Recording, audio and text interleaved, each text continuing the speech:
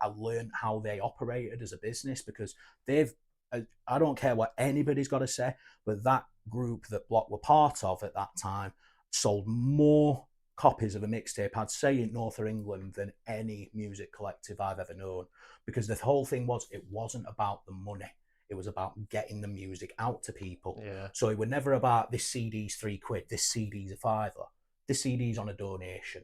Well, I just remember they'd always come up like, what music do you listen to? And even if you'd say like metal, they'd be like, well, still, you might like this, check this out. And it'd be like, don't matter who. Like, and it'd be even better if like you listen to rap, sound, you'll love this thing. Exactly. Yeah. It's all marketing.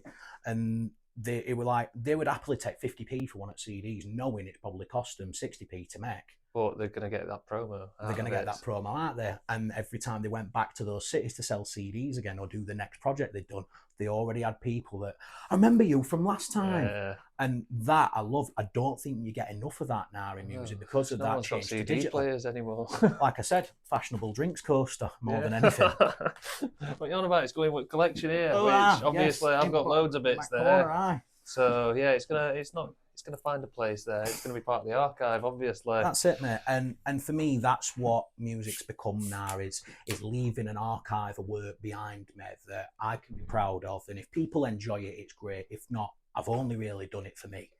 Best way. So what do you reckon is, like, I don't know, the song, the track, the mix that you love the most? What do you have the most appreciation for?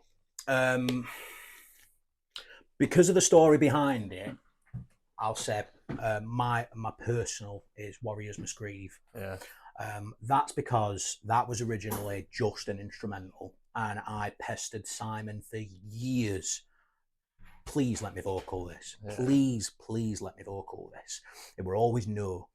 And eventually I thought, do you know what? Screw it. I'm going to write verses for it. And then when he hears what I've got for it, he's got two options. He'll say, I told you I'm not doing it, or that's sick, let's do it. Right, yeah, you've got me. I'm glad that it was a second. And so that one's really, really special to me because Simon, Politic and Nips all had an input on that song in a creative way.